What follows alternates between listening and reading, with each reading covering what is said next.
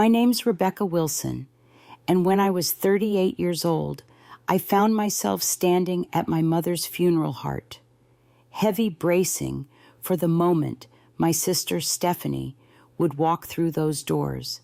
It had been 6 years, 6 long, silence-filled years since the day she betrayed me, since the day she stole the man I was supposed to marry. Nathan, my millionaire fiancé, the man I'd imagined building a life with. I hadn't seen either of them since they walked out of my world. And yet, here they were, Stephanie with her smug smile and that diamond ring sparkling like a trophy, Nathan beside her, looking every bit the polished success story. But I wasn't the same woman I had been 6 years ago. What Stephanie didn't know was that the person standing at my side, now the man I married, was someone who would shake her to her core. But before I tell you what happened, when she finally saw him, do me a quick favor, drop a comment letting me know where you're watching from and hit that subscribe button so you don't miss what comes next. This story isn't just about betrayal, it's about resilience, redemption, and reclaiming your worth. So let's start at the beginning. My mom, Eleanor, was the glue that held our family together. We grew up in a small, quiet suburb just outside of Boston. Life wasn't lavish, but it was warm. She taught me strength, how to hold your head high, even when everything's falling apart. And more than anything, we shared a bond that only grew deeper with time. Even after I got my own apartment in downtown Boston, even as I worked my way up the corporate ladder to become a marketing executive, I still called her nearly every day. She was my anchor, my advisor, my sounding board, and my biggest supporter. So when she was diagnosed with stage 4 pancreatic cancer, everything in my world tilted. It had been just 8 months since the diagnosis, but we knew almost immediately that the road ahead was going to be short. She faced it with a quiet bravery that still humbles me, always more worried about us than herself. In her final weeks, we brought her home, the home where she raised us, and surrounded her with love. I was there holding her hand when she slipped away, but not before she made me promise to find peace in my life. 6 years earlier, when I was 32, I thought I had it all. On paper, my life looked perfect. Career check, friends check, a chic apartment downtown check. But emotionally, I was adrift, working 60-hour weeks, dating now and then, but nothing that lasted. Then one night, everything changed. It was a charity gala, and I only went because my college friend Allison dragged me along. And that's where I met Nathan Reynolds. You know the type, charismatic, perfectly white teeth, effortless charm. He had that confidence that made rooms hush when he walked in. A tech millionaire, at 36, his face had graced more than a few magazine articles. He was magnetic. We connected right away. We talked about art and travel and building something meaningful in the world. After that first date, an ultra-exclusive restaurant overlooking Boston Harbor, I called my mom and said, I think I met someone. Our relationship escalated quickly. Weekend getaways to Martha's Vineyard, front row seats at the Symphony private dinners with hand-picked menus. Nathan was attentive, generous, thoughtful. He brought me flowers just because, planned elaborate surprises, and when he proposed on a yacht under the stars in Boston Harbor with a 5-carat diamond ring, I didn't even hesitate. I said yes. My parents were over the moon. My mom especially, she went into full wedding mode, dreaming up color palettes and cake flavors and venues that could rival royalty. And then there was Stephanie. Stephanie's 2 years younger than me. We had a complicated childhood. There were good moments, sure. We played dress-up. We shared secrets under the covers. But there was always this competition. She wanted everything I had. My toys, my clothes, my friends. If I got straight A's, she'd work twice as hard for the same. If I got attention, she needed more. It wasn't always toxic, but it was never easy. Still, I chose her to be my maid of honor. Mom said it would be a chance to reconnect, that we'd grown past all the childhood rivalry, and I wanted to believe that. Truly, I did. The first time Stephanie met Nathan was at a family dinner. She complimented him excessively, her hand lingering just a little too long on his arm. She laughed a little too hard at his jokes, but I brushed it off. That was just Stephanie, flirty, magnetic, harmless. We had our engagement party in my parents' backyard, fairy lights hanging from trees, music drifting through the warm evening air. Stephanie helped decorate, of course, always front and center. But I noticed something that night. She kept watching Nathan. Not casual glances, prolonged stares. And when I caught her, she smiled at me and raised her glass like nothing was wrong. Later that night, Mom pulled me aside in the kitchen while packing leftovers. "Rebecca," she said gently, arranging cheese cubes into containers, "I think your sister's taken quite a shine to Nathan." "She's just being friendly," I replied, rinsing champagne flutes at the sink. "Besides, she's still dating that pharmaceutical rep, Brian." Mom nodded slowly, clearly unconvinced. "Just be careful. You know how Stephanie gets when you have something she wants." I kissed her cheek and shrugged it off. "We're adults now," I told myself. "Stephanie's happy for me." How wrong I was. 3 months before the wedding, I started noticing changes in Nathan. Late nights, odd texts, excuses that didn't quite track. He started working weekends, said it was a product launch. And when we were together, he wasn't really with me, checking his phone every 5 minutes, his eyes somewhere else. Worse. He began picking apart the very things he once adored about me. My laugh too loud in public, my favorite blue dress, washes you out, the bedtime reading lamp I always used. Too bright keeps me awake. And Stephanie. She suddenly became way too involved in wedding planning, always calling, always asking questions about floral arrangements and cake flavors, offering to go to vendor meetings I couldn't attend because of work. I told myself it was sweet. I told myself she just wanted to help. But something felt off. And when Nathan suggested that Stephanie accompany me to our cake tasting appointment because she knew his preferences, I felt that sinking in my gut. She knew his preferences. Why would my sister know my fiancé's cake preferences better than I did? I should have seen it then. The next day, I went to the cake tasting with Stephanie, even though my instincts screamed at me not to. I told myself I was being paranoid, that stress was making me see shadows where there were none. But something had shifted, and no matter how I smiled through it, I couldn't shake the gnawing unease inside me. Then a few days later, I found it. I was cleaning out Nathan's car before a dinner party, trying to be helpful, keep myself busy, anything, to distract me from the way he'd been so distant. And that's when I saw it wedged between the passenger seat and the center console. A silver earring, dangling, with a tiny sapphire at the end. I froze. It wasn't mine, but I knew exactly whose it was. Stephanie's. They'd been a gift from our grandmother.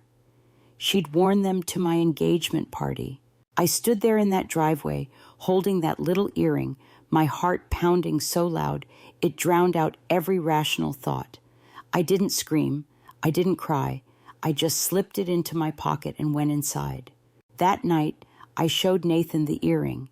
His face didn't change, not even a flicker of panic, just a calm, composed, "Oh, that must have fallen," when I gave Stephanie a ride to the florist last week.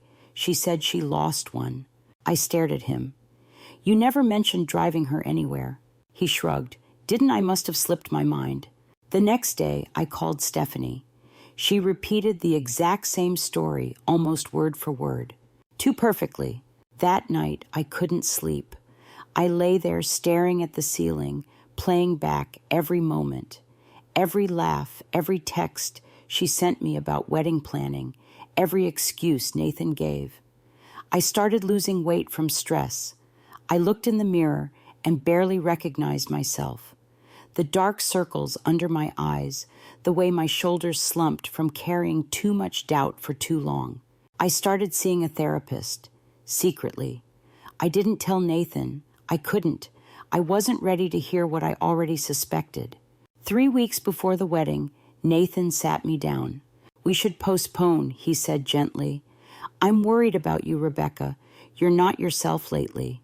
I broke down. I begged to tell me what was wrong, what I had done, what I could fix. He held me, but it felt empty. His arms were there, but he wasn't. His eyes were cold, his touch mechanical. That night I woke up around 3 a.m. The bed beside me was empty. I got up quietly and walked down the hallway. From the guest room, I heard his voice, low, urgent. "Not now. She'll hear us. I know. Soon. I promise." I backed away before he could hear me. The next morning, I made a decision. I was going to show up at his office, unannounced, with lunch, just to see. As I packed his favorite sandwich from the deli near my office, my dad called. "Rebecca, are you eating?" "Your mom says you've dropped too much weight." "I'm fine, Dad," I lied. "Just wedding stress. I'm actually about to surprise Nathan with lunch." "Good. That boy better be treating you like a queen." If only he knew. When I got to Nathan's building, the security guard waved me through. "Hey, Ms. Wilson," he said with a smile. "Good to see you." I rode the elevator to the 12th floor, trying to smooth the worry lines from my forehead in the mirrored wall. The paper bag in my hand felt heavier than it should have. Nathan's secretary, Margot, looked up with wide eyes the moment I stepped off the elevator. "Rebecca," she said, standing, "we weren't expecting you today." "I just brought Nathan lunch," I said cheerfully, lifting the bag. Her eyes darted to his office door, then back to me. "He's, in a meeting right now. Maybe I can tell him you're here." "Is he alone?" I asked. She hesitated, just long enough to confirm everything. I didn't wait for her to answer. I walked right past her and opened the office door. And there they were. Nathan, my fiancé. Stephanie, my sister, in his arms, his hands on her waist, her arms around his neck, their lips locked. They didn't even notice me at first. I had several long, slow seconds to absorb it. Stephanie's skirt was ruffled. Nathan's tie was loose. They looked like they had done this dozens of times before. When the door finally clicked behind me, they jumped apart. Nathan spoke first, adjusting his tie like he was closing a business deal. "Rebecca, this isn't what it looks like." Stephanie didn't even try to lie. She just stared at me with a defiant tilt to her chin. "We didn't plan it," she said. "It just happened." I was shockingly calm. How long, I asked. Nathan looked at Stephanie. She looked at me. "Since the engagement party," she said quietly. "The engagement party. 4 months ago. 4 months. While I was choosing flowers, while I was building a life, they were building their affair." Nathan moved behind his desk. He always did that when he wanted distance before saying something difficult. "Rebecca, sometimes feelings change. I was going to tell you. After the wedding, after the honeymoon, I snapped. What you were trying to find the right time." His voice was smooth, too smooth, like a sales pitch, like he'd said these lines before. I dropped the lunch bag to the floor. "I trusted you, both of you." Stephanie's face twitched. Maybe guilt, maybe shame, but I couldn't find an ounce of sympathy for her. "Don't call me Becca," I said when she tried to soften her voice. "You lost the right to use that name." Nathan pressed the intercom. "Margot, can you come in?" Moments later, Margot entered, eyes wide and avoiding mine. "Please escort Rebecca out," Nathan said coldly. "She's upset." I looked at him one last time. "I'll escort myself out, thanks." Somehow, I kept my dignity intact, even though I felt like I was falling apart. I made it to the elevator. I waited until the doors closed before I started crying. By the time I reached my car, I was shaking uncontrollably. I could barely turn the key in the ignition. The drive home, a blur. I remember throwing my phone across the room, curling into a ball on my bathroom floor, and crying until I could barely breathe. Eventually, I called my mom. She and my dad arrived within the hour, using the emergency key to get in. Mom found me still on the floor. She sat down beside me and wrapped me in her arms like she used to when I was little. I told them everything, every terrible detail. My dad paced the living room, face red with fury. "I'll kill him," he muttered, hand on his chest. "Thomas, your blood pressure," my mom warned. But her face said the same thing. She wanted to kill him too. The next few days were a fog. Pain blurred into disbelief, then sharpened into rage. My parents stayed with me the whole time. Mom made the calls canceled. The vendors notified guests, returned deposits. Dad handled the financials. I couldn't bring myself to deal with any of it. I stayed mostly in bed. Sometimes I'd wander into the kitchen, only to stand there staring at nothing. At one point, I opened a drawer and found the wedding invitations, cream-colored with silver lettering. I sat down at the table and just stared at my name and Nathan's printed together like they still meant something. Eventually, I returned the engagement ring. I left it with the doorman at Nathan's building because I couldn't face him. I didn't want to see him, but I got a glimpse of something that said more than any confrontation ever could. Stephanie's clothes were already there, her heels by the door, photos of them smiling from the shelves where my memories used to be, as if I'd been erased. And then there was the email. Nathan sent it 3 days later. It was cold, formal, a full list of how he wanted to divide our shared belongings, what he'd keep, what I could pick up. Oh, and Stephanie had helped him catalog my things. That part broke me in a different way. It wasn't just betrayal. It was the surgical removal of me from their lives, like I was a chapter they couldn't wait to close. Word spread fast in our social circles. Some friends reached out with sympathy. Others didn't. A few were brutally honest, saying they'd always sensed something between Stephanie and Nathan, but hadn't known what to say. They'd seen the glances, the flirtation, the red flags. They chose to stay silent. That stung more than I expected. But my mother never wavered. She came over every day, cooked for me, sat with me when I couldn't talk. Sometimes she'd just hold my hand while I cried. She tried to bridge the gap, inviting both Stephanie and me to family dinners, hoping something would shift. It didn't. One night during one of those awkward meals, Stephanie snapped. I had refused to pass her the salt childish maybe, but I wasn't ready for civility, and she lost it. "You always got everything first, Rebecca. The grades, the job, the apartment. For once, I got something before you did." I stared at her stunned. "My fiancé wasn't a prize to be won," I said, voice shaking. "He was a man I loved, a man I trusted." Our mom put her fork down. "Stephanie Marie Thompson, you apologize to your sister right now." "For what?" "For telling the truth." Stephanie shot back. "Nathan chose me. He loves me now." That was it. I stood up, tossed my napkin on my plate. "I can't do this anymore, Mom. I'm sorry." That was the last family dinner I attended while Stephanie was there. The stress wore my father down. His blood pressure spiked. He had to change medications, make more doctor visits. And my mom, she aged years in just a few months. You could see it in her eyes, in the way her voice softened when she talked about her girls. She was holding on, trying to keep the family together, but it was breaking her heart. About 6 months after I caught them, I hit rock bottom. I couldn't eat. I couldn't sleep. I barely functioned at work. My therapist finally gave it a name, depression, and recommended medication. I didn't want it. I felt like taking meds meant I'd lost. But eventually, I realized I had lost something huge, and there was no shame in needing help to stand up again. Even so, work suffered. I tanked a major presentation.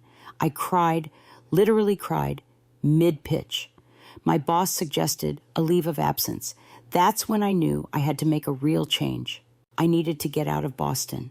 When a position opened at our firm's Chicago branch, director of marketing, I applied without hesitation. I didn't even tell anyone at first. I just needed something new, somewhere that didn't have Nathan's ghost in every corner. When the offer came, I accepted it the same day. Mom helped me pack. We wrapped dishes and photo frames and memories in tissue paper, sorting through the life I'd built here and the pieces I was ready to leave behind. As she sealed a box, she asked gently, "Will you ever consider forgiving Stephanie?" I folded a sweater without answering. "I don't know, Mom. Maybe not ever." She sat beside me on the edge of the bed, took my hand in hers. "Forgiveness isn't about them deserving it," she said softly. "It's about freeing yourself." I nodded, but I wasn't ready. Not yet. "I am freeing myself," I whispered. "I'm moving to Chicago." She gave me a hug, tight and tearful. "Promise you'll call. Promise you won't shut us out." "I promise." Saying goodbye to my parents was harder than I expected. Dad held me longer than usual. His voice was rough with emotion. "You show them, kiddo," he said. "Build a life so good they'll choke on their regret." Chicago was a clean slate, but it was lonely too. My new apartment was small and sterile. I threw myself into work, putting in late nights just to avoid going home. Ate takeout at my desk. Fell asleep still wearing business clothes more times than I'd admit. And then I saw it. On a Sunday morning, my phone lit up with a call from my mom. She sounded hesitant. "I wanted you to hear it from me, not social media." "What is it, Mom?" "Stephanie and Nathan. They got married yesterday. Just a small civil ceremony." I didn't respond. It's in the Boston Magazine social section. After we hung up, I looked it up. There they were smiling like a fairy tale outside the courthouse. Stephanie in a simple white dress. Nathan in a gray tailored suit. My old engagement ring glittering on her finger. That night, I hit bottom all over again. I drank an entire bottle of wine alone, scrolling through old photos. I called in sick the next morning. But something changed after that. Some tiny shift. I decided this would be the last day I gave them power over me. I deleted every photo of Nathan, blocked them both on every platform, took a long, scalding shower, and imagined every ounce of pain washing down the drain. And then I showed up to work. Not just physically, mentally. I threw myself into my projects, took on bigger clients, took risks, and people noticed. My boss pulled me aside, told me she saw a spark again. I was back. Slowly, a new circle formed around me. Madison, our HR director, became my first real Chicago friend. She invited me to her book club, introduced me to her friends. They weren't just people to pass time with, they were kind, grounded, real. Madison kept trying to set me up with people. I kept saying no, until I met Zachary. It happened at a tech conference in San Francisco. I was there representing my firm, presenting a case study on digital branding for emerging startups. The dinner that night was one of those polished networking events where everyone trades business cards and rehearsed success stories. I was seated next to Zachary Foster. At first, I didn't think much of it. He introduced himself with a calm, grounded voice and a simple handshake. No flashy smile, no oversized ego, just presence. He asked about my work, not in a polite way, but with genuine interest. He listened, actually listened. When I told him about some of my recent campaigns, He asked thoughtful follow-up questions, not to impress, but to understand. Zachary was a tech investor recently relocated from Seattle. He'd built a name for himself backing women-led startups, which I found refreshing in an industry often dominated by old-school boys' club energy. There was something effortlessly kind about him, not performative, just real. At the end of dinner, he asked for my card. I gave it without expectation. The next morning, there was an email in my inbox. Would love to keep our conversation going, maybe over coffee before the afternoon sessions. I paused. Then I replied, sure, meet you in the hotel cafe at noon. Over the next few months, Zachary and I kept in touch professionally. He sent clients my way. I looped him into projects that needed investor guidance. We emailed often, then started having working lunches. Madison noticed. Of course she did. He likes you, she said one afternoon, as we cleaned up after book club. And not just your pitch deck. We're colleagues, I insisted, but she just raised an eyebrow. Colleagues don't look at each other like that. Eventually, Zachary asked me out, not for lunch, not for coffee, but a real dinner. Something about his timing, the way he waited until we had built something platonic and steady, it felt intentional, respectful, and terrifying. I almost said no, twice, but I didn't. We went to a quiet bistro near my neighborhood, the kind of place with soft lighting and wine lists longer than the menu. 20 minutes into talking about our favorite authors, I felt it a panic attack building. My hands started shaking. My breath became shallow. I couldn't focus. My chest tightened. I'm sorry, I whispered, blinking rapidly. Zachary didn't panic. He didn't look embarrassed or annoyed. Instead, he calmly moved to sit beside me, lowered his voice, matched his breathing to mine. You're okay. You're safe. We're just here, talking about books. That night, he drove me home. No pressure, no questions, just safety. The next day, flowers arrived at my office. No note trying to win me over, just one line. No pressure, no expectations, just hoping you're feeling better. Zachary. That night I called him. I told him everything. About Nathan. About Stephanie. About the betrayal, the fallout, the therapy, the way I still sometimes woke up gripping the sheets like I was falling. Zachary listened, didn't interrupt once. Then he told me his story, about his ex-wife, about how she left him for his business partner and took half their company in the divorce, how betrayal doesn't just break your heart, it shakes your whole foundation, and how long it took him to trust again. Broken trust leaves scars, he said. But anyone worth your time will understand that healing isn't linear. We didn't dive into romance right away. We built a friendship first, one that gradually grew into something else, something steadier, kinder. For our 5th date, he didn't take me to a fancy restaurant. He invited me to his apartment and cooked dinner himself, chicken piccata, soft jazz playing in the background, candles, not overwhelming, just warm. And when panic showed up at the edges again, he recognized it, helped me through it, held my hand, didn't flinch. For the first time in years, I started to believe in something I thought I'd lost forever: trust. A year after I moved to Chicago, my life was barely recognizable. I'd been promoted to senior marketing director. I had a beautiful view of the river from my new corner office. My circle of friends had grown. Madison, her husband, a few colleagues I now called family, and Zachary, always Zachary, was at the center of it. He didn't sweep me off my feet with grand gestures or diamonds. His love was quieter, more consistent.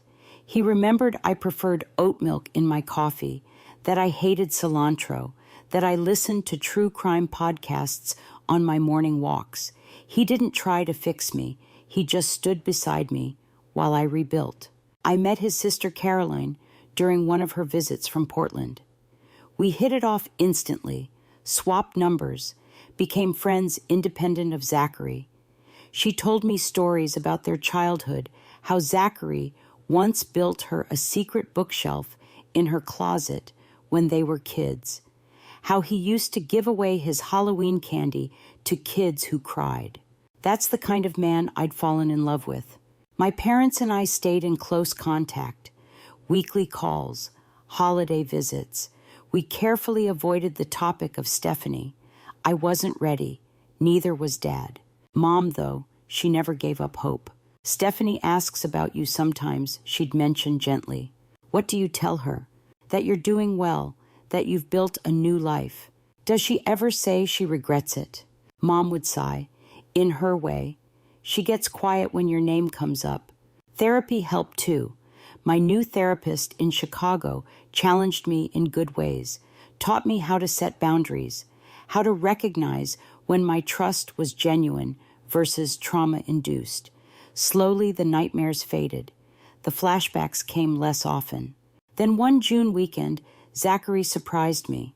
We're going away, he said, handing me a small itinerary folder. Wine country, Michigan. We stayed at a quaint little bed and breakfast surrounded by rolling vineyards. We sipped local reds in the afternoons, walked through flower-lined trails in the evenings, and fell asleep to the sound of frogs and crickets instead of city traffic. On our last night, we went to the Chicago Botanic Garden, one of my favorite spots in the world. We walked through a trellis covered in climbing roses. The scent, the hush, the glow, it felt like a dream. Then he stopped, turned to face me. Rebecca, he said, taking my hands in his this past year, getting to know you, walking with you through healing, loving you. It's been the greatest gift of my life. Then he knelt down and pulled out a ring box. And for one heartbeat, fear pulsed through me. Nathan's face. That night on the yacht. Stephanie's earrings, the betrayal. But then I looked at Zachary, and all I saw was love. I'm not asking for an answer today, he said gently. I just want you to know that whenever you're ready, whether it's tomorrow or next year, I'll be here. Tears filled my eyes, but this time they weren't from pain. Yes, I whispered, I'm ready now. The ring, a delicate emerald flanked by 2 tiny diamonds, simple, elegant, real, just like us. That night we called my parents with the news. Mom cried happy tears. He sounds like a wonderful man, darling. When can we meet him? Soon, I promised, very soon. We planned a small wedding, 30 guests, max. A historic venue in Chicago with a garden courtyard, ivy-covered stone walls, and soft string lights that reminded me of my parents' backyard. No over-the-top fanfare, no giant ballroom, just the people who mattered most. At Mom's urging, I sent Stephanie an invitation. It wasn't easy, but it felt necessary. A gesture toward healing, not for her, but for me. Her response came via email, short, cold. Congratulations on your engagement. Unfortunately, Nathan and I have prior commitments on that date. Best wishes for your future. Mom was disappointed, but not surprised. It's still progress, Rebecca, she said. 6 years ago, she would have ignored it completely. Our wedding day arrived on a cool September afternoon. The air smelled like fall leaves and promise. As I stepped into my dress, a soft ivory satin with a modest train, I caught my reflection and barely recognized the woman looking back, stronger, calmer, happier. Dad walked me down the aisle. I haven't seen you this happy in years, kiddo, he whispered. Zachary stood at the altar wearing a classic navy suit and a look in his eyes that said everything. His vows weren't flashy or poetic. They were raw, honest, perfect. Rebecca, he said, I promise to remember that love is both strong and fragile, that it requires attention, care, and honesty every day. I promise to be worthy of your trust, knowing what it took to give it to me. After we said I do, we kissed under the roses. Guests tossed flower petals, And for the first time in years, I felt truly, completely at peace. We bought a brownstone in Lincoln Park after the honeymoon, something we could renovate together. It wasn't perfect, but it was ours. We argued over paint colors, laughed at old tile patterns, built a home, brick by brick, memory by memory. Work was thriving too. I'd been promoted again now. Vice President of Marketing. Zachary's investment firm continued growing, focusing on women-led startups. Our paths aligned more than they clashed, and we supported each other's wins like they were our own. Then over dinner one night, with a group of business associates, something happened that connected past to present in a way I never expected. One of the investors, an older man named Derek, was talking shop. Startups, IPOs, big tech shifts. Then he said Reynolds. Yeah, Nathan Reynolds. I remember him. Used to be neck and neck with Foster back in the day. I paused. Foster, I asked carefully. Yeah, your husband, Zachary Foster. They were rivals in the angel investing space about 7 years ago. Foster backed a startup that got acquired for millions. Reynolds picked the competitor. That one tanked. Think Reynolds lost a lot in that deal. Later that night, I asked Zachary about it. I was going to tell you eventually, he said gently, setting down his glass of wine. I knew who you were when we met, not the full story, but I knew you'd been engaged to Reynolds. Why didn't you say anything? He looked at me with that calm, thoughtful gaze. Because I wanted you to know me for me, not as someone tied to your past. I wasn't angry. If anything, the cosmic symmetry made it all feel right. I hadn't just rebuilt, I'd landed in the life I was meant for. 2 years into our marriage, we started trying for a baby. At first, we were hopeful, month after month of tracking, planning, hoping. But nothing happened. We saw specialists, went through tests, waited for answers that never came. Every negative test felt like a small grief of its own. Through it all, Zachary was my anchor. He held me through the tears, stayed by my side during every appointment, whispered that our family would happen one way or another. Then one cold January morning, everything shifted again. It was Mom. She'd been complaining of fatigue, back pain, nothing dramatic, but her doctor ran some tests. Pancreatic cancer. Again. Aggressive. Already spreading. Zachary and I flew to Boston immediately. We met with oncologists, reviewed options, but we all knew how this story would end.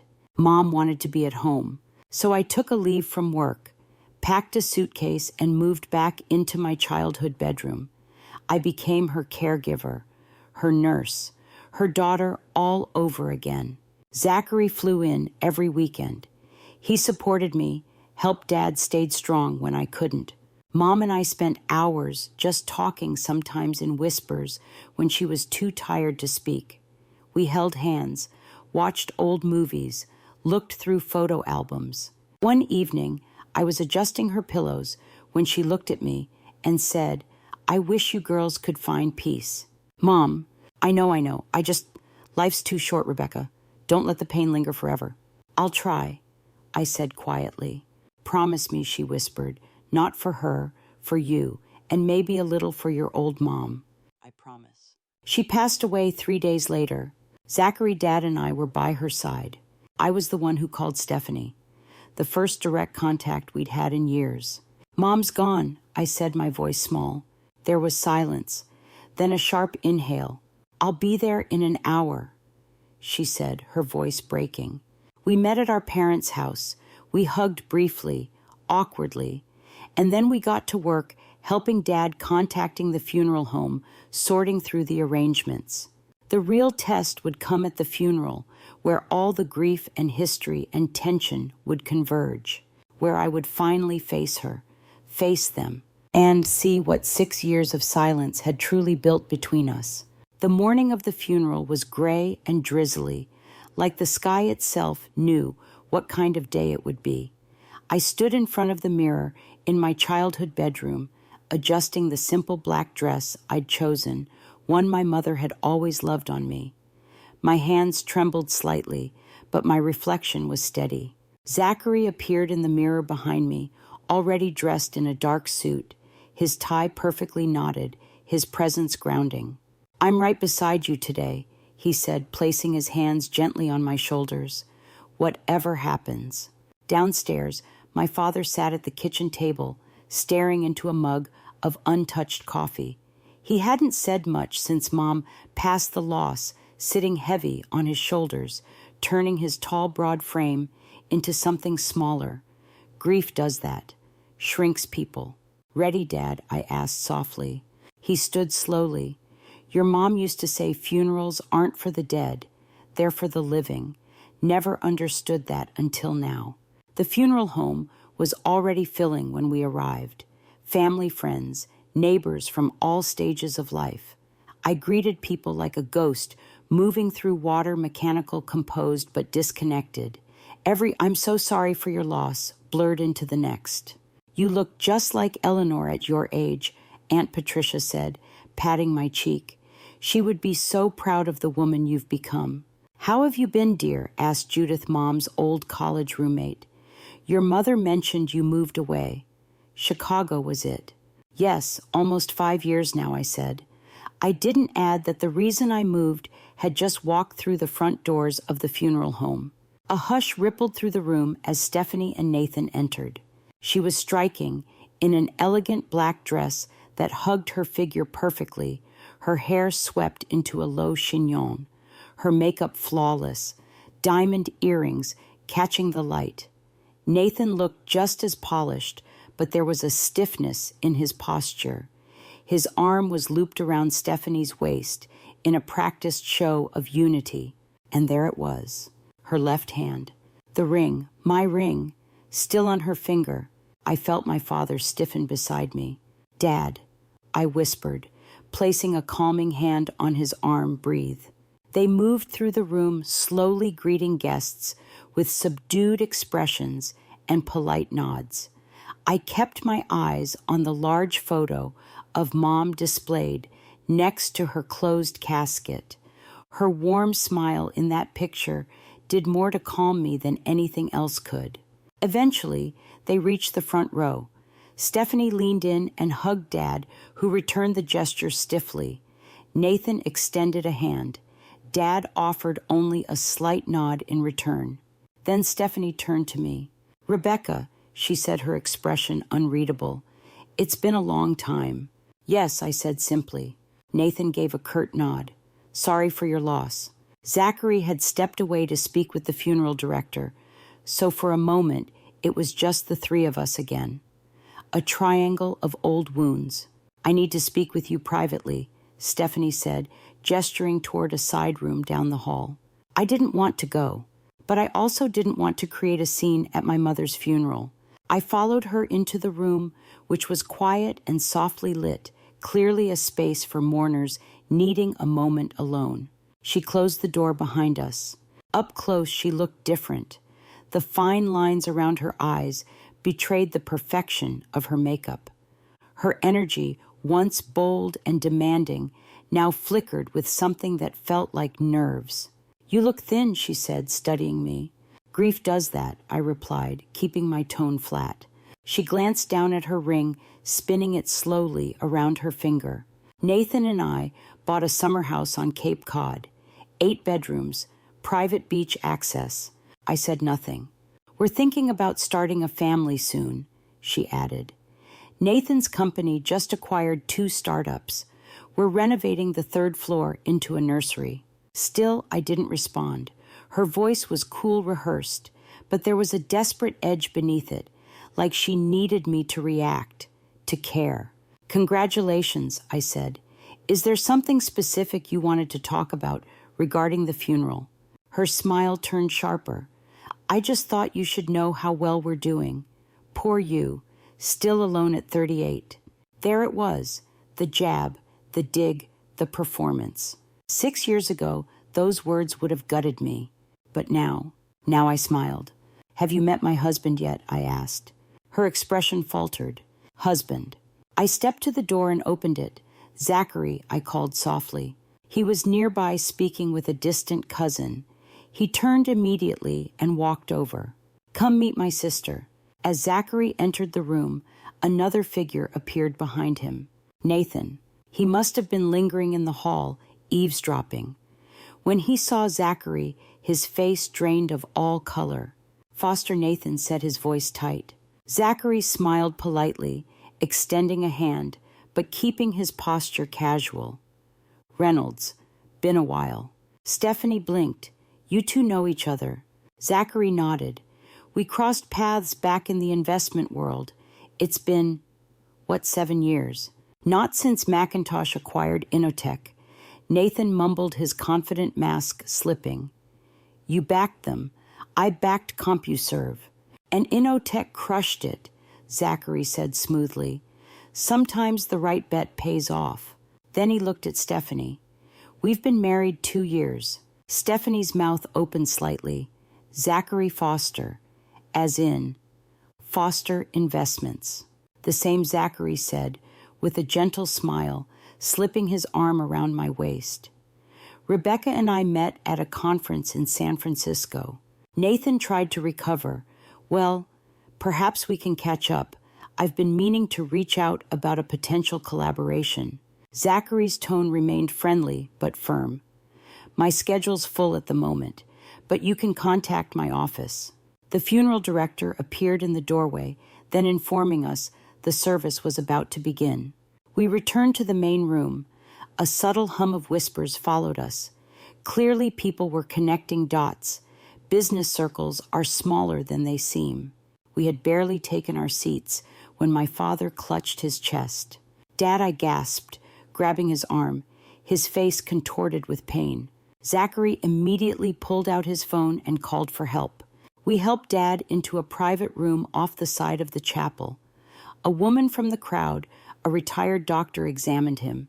She said it didn't seem like a heart attack, just stress. Overwhelming, crushing grief. Stephanie appeared at the doorway, her face pale. "Is he okay?" "Should we call an ambulance?" she asked, voice trembling. I nodded. "The doctor says he's stable, just overwhelmed." For 20 tense minutes, we sat together in silence. Stephanie, Nathan, Zachary, me. For the first time in years, there was no fighting, no venom, just concern for the man who had always loved both of us, even when we didn't deserve it. Eventually, Dad insisted on continuing with the service. We walked back to the chapel, and something about that moment felt like a truce, fragile, temporary, but real. The funeral itself was heartbreaking. I delivered a eulogy about Mom's kindness, her strength, the way she loved fiercely and forgave endlessly. I made it through without breaking. Then Stephanie rose to speak. She barely got through the first paragraph before her voice cracked. Tears spilled down her cheeks. I saw her falter. And before I could stop myself, I stood. I walked to her side, placed a hand on her back. "It's okay," I whispered. "Take your time." She looked at me, eyes wide with surprise, then nodded and continued sharing stories of our childhood, of Mom's silly bedtime songs and pancake Sundays. For the first time in forever, we stood side by side, united by something other than pain. And outside, as we laid Mom to rest under soft rainfall, I felt something shift. Not forgiveness, not yet, but the door had opened, just a crack. After the burial, the reception was held at my parents' house, the same one where Stephanie and I had grown up, learned how to ride bikes, fought over bedrooms, and carved pumpkins in the fall. That afternoon, it was full of casseroles and murmurs, people shuffling in and out of rooms, sharing stories about my mother. The scent of coffee and rain lingered in the air. Zachary stayed close to my father, engaging with well-wishers, answering questions when Dad looked too tired to respond. I was grateful for that. He was the calm in the storm, always knowing where to be without me asking. Nathan, on the other hand, seemed out of place. I caught him drinking heavily, his discomfort poorly masked by his usual charm. A few of his business associates approached Zachary during the reception, and I watched with quiet satisfaction as Zachary commanded their attention. Effortlessly, his insights respected his presence, magnetic in the most understated way. Whispers circulated. I heard phrases like Nathan's company overextended and they're in deep with the last acquisition. It didn't surprise me. The facade Stephanie had painted at the funeral, perfect marriage, booming business. Cape Cod mansions seemed more like armor than reality. I watched as Nathan's gaze shifted toward Zachary again and again, and for the first time, I saw something that almost looked like regret. Stephanie remained mostly quiet. She stayed by our father's side, dabbing his forehead, guiding guests gently away when he looked too exhausted to talk. Her earlier sharpness was gone. Instead, I saw grief in her posture, maybe even humility. As the crowd began to thin, I caught her eyes across the room. She looked at me, not with competition, not with pride, but with something quieter, something softer. Then she looked away. Later that evening, after Zachary left for the airport to make it back to Chicago in time for an important board meeting, I stayed behind with my father. We had agreed I'd spend a few more days helping him sort through Mom's things. I found him in the garden, sitting on the bench she used to love, a leather-bound photo album open on his lap. His fingers traced the edges of old photographs. She labeled everything he said, pointing to Mom's handwriting beneath each picture. Said someday we'd want to know who was who. That afternoon, I started the process of going through her closet. It was one of the hardest things I've ever done. Every piece of clothing had a memory. The blue dress she wore to my college graduation, the floral one she favored for weekend brunches, the elegant gray outfit she wore the night of my engagement party, the one that now felt like it had happened to someone else. I spoke to her as I worked, told her about my new life, about the brownstone Zachary and I were renovating, about my promotion, about how despite everything, I was finally happy again. In the bottom drawer of her nightstand, I found something I hadn't expected. A journal. Soft leather, worn at the edges, her handwriting on the first page. If you're reading this, it means I'm gone. But I hope you're not alone. It wasn't a diary, exactly, more like letters. Notes to herself, to us, observations from over the years. Many of them were about Stephanie and me. Her hopes, her worries, her sadness that the two daughters she loved so fiercely couldn't find their way back to each other. One entry written just 2 weeks before she passed broke me. My greatest regret is leaving this world with my girls still estranged. Eleanor always fixed things, but I couldn't fix this. I just pray they find their way back to each other. Somehow. I sat there for a long time, holding that journal, the words blurring through my tears. Then the doorbell rang. I wiped my face, tucked the journal back into the drawer, and walked to the front window. Stephanie was standing alone on the porch. No Nathan, no luxury car, just her. Hands clasped, shoulders slightly hunched, vulnerable in a way I hadn't seen since we were kids. Dad had gone to Uncle Ronnie's for dinner, which meant this moment, whatever it was, would be ours alone. I opened the door. "Hi," she said simply. "Hi. Can I come in?" I nodded and stepped aside. We sat at the kitchen table, the one Mom had sat at thousands of mornings, pouring coffee, packing lunches, humming songs we never knew the lyrics to. I made us both a cup. She wrapped her hands around hers, but didn't drink. "Where's Nathan?" I asked. "At home. He doesn't know I'm here. I told him I needed space after the funeral." Silence fell between us like a heavy blanket. Then she said, "I'm sorry about what I said. At the funeral. That room. I don't know why I said those things. It was cruel and completely inappropriate." I nodded, not quite ready to say it was okay. She looked down at her cup. I saw Mom's journal. Dad showed it to me last night. Her last wish. She wanted us to reconcile. I found it too, I said, but reconciliation doesn't happen just because we sit in the same room. Her eyes met mine. You want honesty. Here's honesty. I'm miserable, Rebecca. That caught me off guard. I've been miserable for years, she continued. Nathan, he's not the man I thought he was. Maybe he never was. After the wedding, everything changed. He became controlling, dismissive. Everything was image and leverage. We were drowning in debt.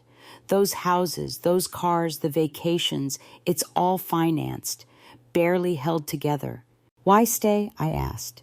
Shame, she said without hesitation. How do you walk away from the life you destroyed your sister for, from the man you gave up your family for? I didn't answer. And the prenup, she said with a sad smile. If I leave with nothing. She took a deep breath, her voice trembling now. I don't expect you to forgive me. I don't even deserve your time. But I needed you to know. I've been consulting a lawyer, quietly. I'm planning to leave him. I just don't want to blow up another life until I'm sure I can survive it. Her confession wasn't a plea. It wasn't manipulation. It was raw, honest, and unexpectedly human. I reached over and pushed the journal toward her. Read the rest, I said. It might help. She opened it slowly. As she read, fresh tears slid down her cheeks. Her hand covered her mouth, her shoulders shaking silently. She knew she whispered. She saw through everything. She always did, I said. I've hated myself, she admitted. Every time she mentioned you, every time she told me you'd called, or how proud she was of your promotion, I felt it, the weight of what I'd done. We didn't say much more after that. Instead, we opened a few boxes of Mom's things together, sorted through old recipes, photos, bits and pieces of a woman who had loved us unconditionally, even when we couldn't love each other.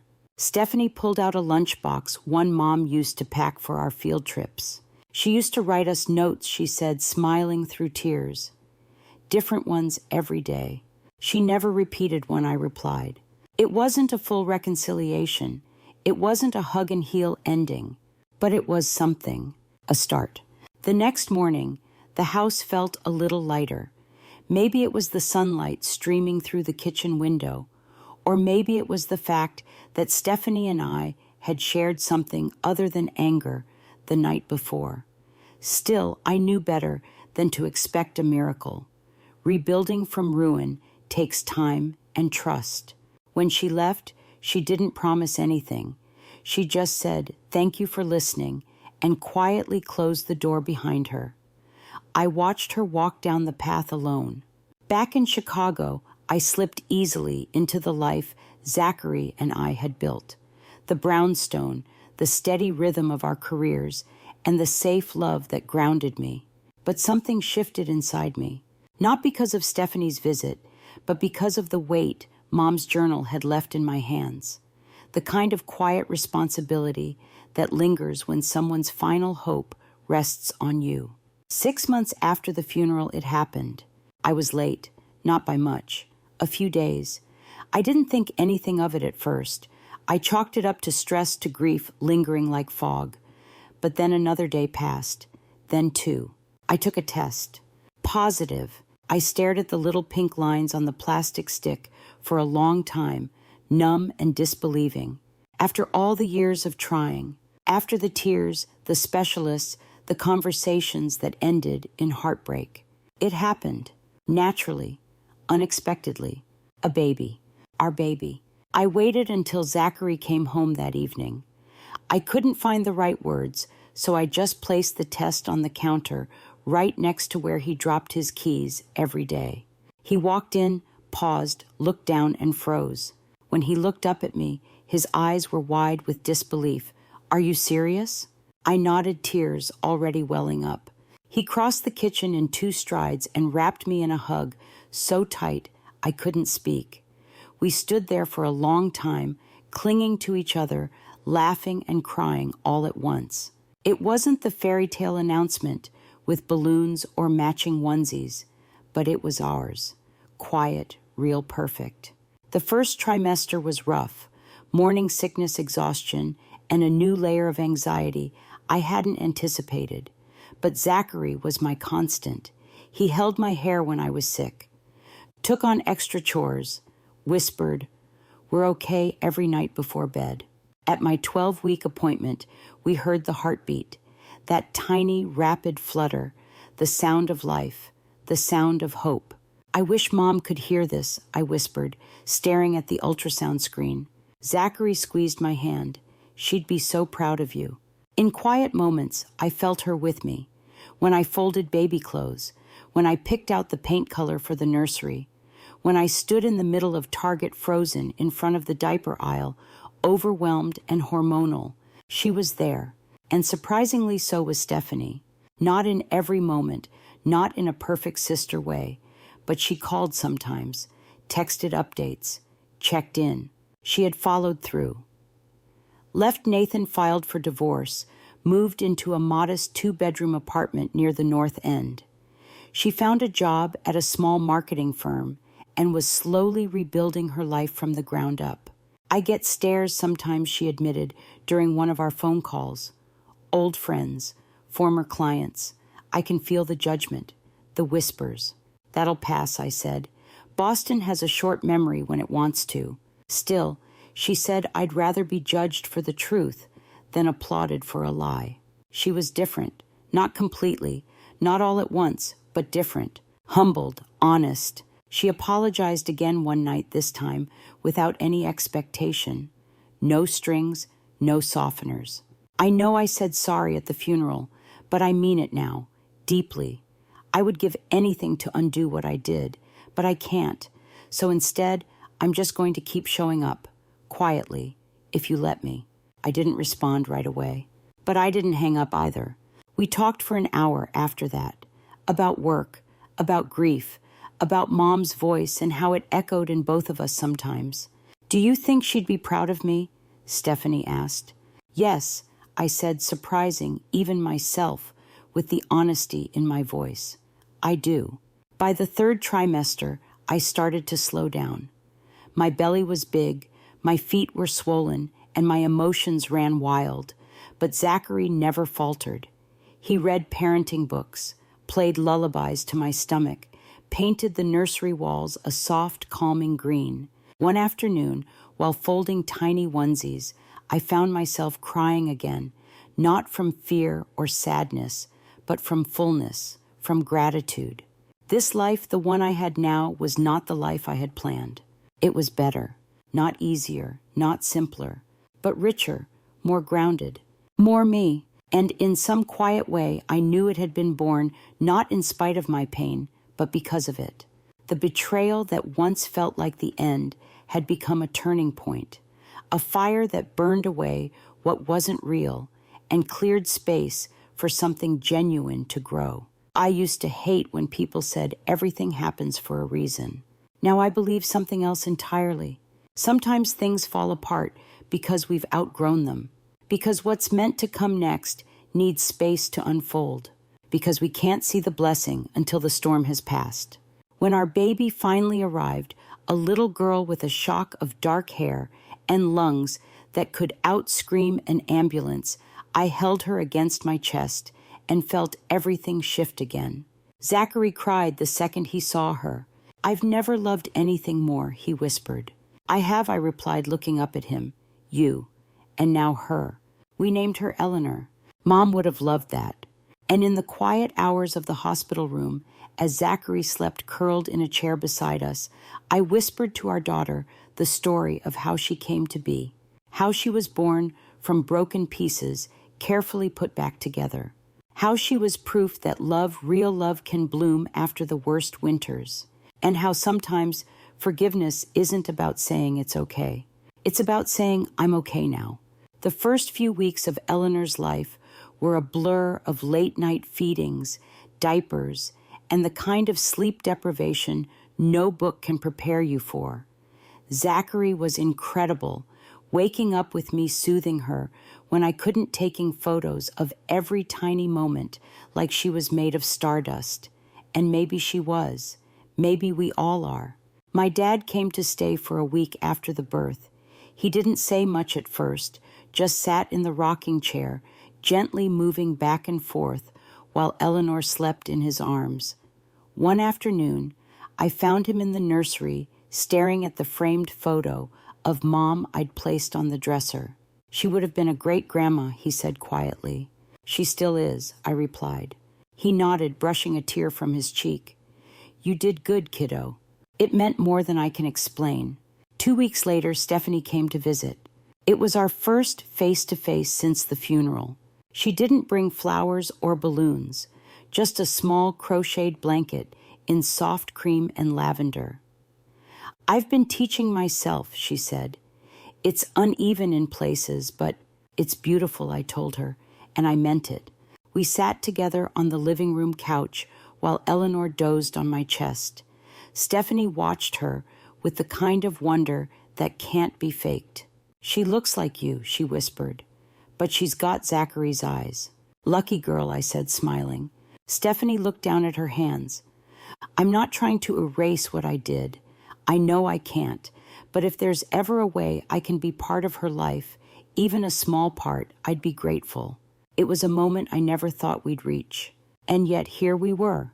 "I don't know what that looks like yet," I said honestly, "but I'm open." She nodded, tears threatening to fall. "That's more than I deserve." "No," I said after a beat. "It's what Mom would have wanted." We spent the afternoon talking, not about the past, not about Nathan, just about Eleanor and books we were reading and the new life Stephanie was carving out piece by piece. She told me she'd joined a support group, was saving up for a tiny condo of her own, that she'd even started dating someone kind, someone quiet, nothing serious but something healthy. It wasn't redemption. It wasn't a ribbon-tied ending, but it was real. Back at work, things moved faster than ever. I returned from maternity leave to find my team had held the fort well, but my presence was still needed. My boss offered flexibility, and Zachary and I created a rhythm that worked for us: late-night email catch-ups, split feedings, support that never felt like sacrifice. Zachary's firm had grown too. He'd been featured in several business magazines for his investments in women-led tech startups and ethical AI ventures. At one dinner event, a woman approached me and said, "Your husband's one of the good ones. We need more like him." "I know," I said, smiling. "Believe me, I know." One evening, we were having dinner with friends when someone brought up the past, the story of Nathan and Stephanie, which still floated around in certain circles. "Did you ever feel like getting revenge?" a friend asked me, half joking, swirling wine in her glass. I laughed quietly. I did.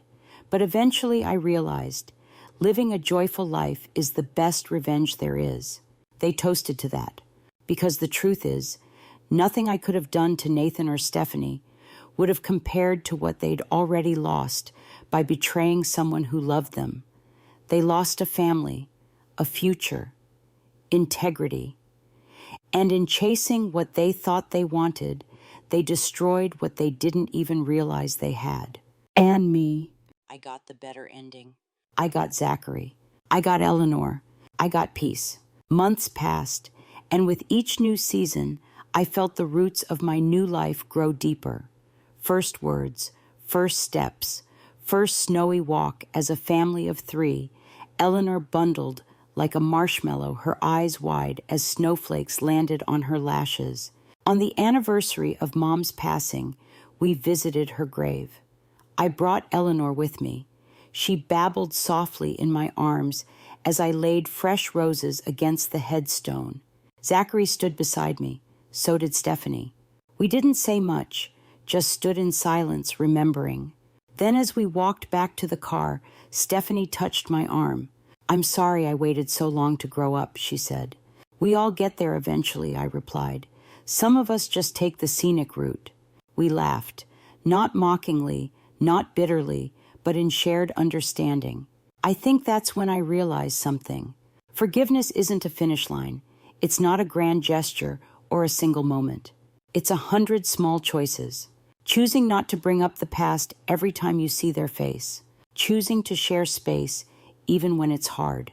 Choosing peace over vindication. I didn't forget what happened. I never will. But I chose not to let it define me.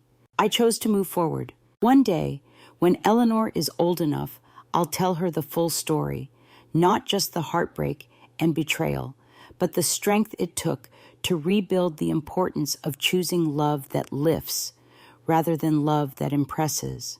I'll tell her about her grandmother Eleanor, who taught me that forgiveness isn't for others, it's for us. That letting go isn't weakness, it's power, and that sometimes the best things in life come after the worst things fall apart. A few months after Eleanor turned 1, Zachary and I sat on the back porch of our brownstone sipping coffee while she napped inside. The sky was a soft orange streaked with early evening light, and a breeze carried the scent of lilacs from our tiny garden. This, I said, leaning into him, is everything I didn't know I needed. Zachary smiled, slipping his hand into mine. I know. We didn't talk much that evening. We didn't need to. Our silence wasn't empty. It was full of understanding, of gratitude, of the kind of peace that comes only after you've been through a storm and found solid ground again. A week later, Stephanie invited me to lunch. She chose a quiet cafe in Cambridge, far from the busy downtown spots she used to frequent with Nathan. She looked different, more natural, a little less polished, a little more human. I've been thinking about writing, she said, after our orders arrived. Not professionally, just maybe a memoir or a journal, something about starting over. You should, I encouraged. There's value in telling the truth, even just for yourself. She nodded. It's strange. I spent so much of my life trying to win, to get ahead, to be admired, but it never filled the hole I thought it would. It never does, I said gently. We talked for nearly 2 hours, not just about the past, but about the future, about Dad's health, about Eleanor's latest milestones, about how weirdly full life becomes in your late 30s, not with stuff, but with meaning. As we hugged goodbye outside the cafe, Stephanie whispered, I'm proud of you, Rebecca. I always have been, even when I couldn't admit it. It was the kind of thing that once would have sounded hollow, but not now. Now it felt real. Back home, life resumed in its familiar rhythm, work playdates, conference calls, bedtime lullabies, date nights that sometimes turned into nights in with takeout and baby monitors. Zachary and I talked about maybe trying for a second child someday, but there was no rush, no pressure. We had enough love right where we were. One day while reorganizing our attic, I found a box I hadn't opened since I left Boston. Inside were relics from my past life, old photo albums, a few wedding magazines, even a dusty envelope filled with vendor contracts I'd forgotten to shred. I hesitated for a moment before tossing the whole thing into the donation pile. That chapter was closed. What mattered now was the one I was writing, with Zachary, with Eleanor, with the pieces of my life that had been broken and reassembled into something even stronger. I remember reading once that kintsugi, the Japanese art of repairing broken pottery, uses gold to fill the cracks, highlighting the damage instead of hiding it, because the history makes the object more beautiful. That's how I feel now. I'm not whole in spite of what happened. I'm whole because of it. Nathan and Stephanie were once the center of my universe. Now they're just a part of my story, a lesson, a turning point, a necessary fall before the rise. To anyone watching this who's been hurt, betrayed, left behind, I want you to know something. You are not broken beyond repair. You are not too far gone. There is life after devastation. There is love after loss. There is strength in choosing yourself, in walking away, in starting over. And the people who once made you feel small, who told you you'd never rise again. Let them watch. Let them see the life you build, not out of spite, but out of grace. Let them see you shine. Because when pain no longer owns your story, you take back your power. And that is the most beautiful ending you could ever give yourself. Thank you for coming with me on this journey. If this story touched you, if it mirrored something in your own life, I'd love to hear from you in the comments. Maybe you've lost something or someone. Maybe you've rebuilt from nothing. Share your story, because someone out there needs to hear that they're not alone. And if you haven't already, hit that like button, subscribe, and join this space. We're creating a place for healing, for truth, for stories that matter. This was mine. What's yours?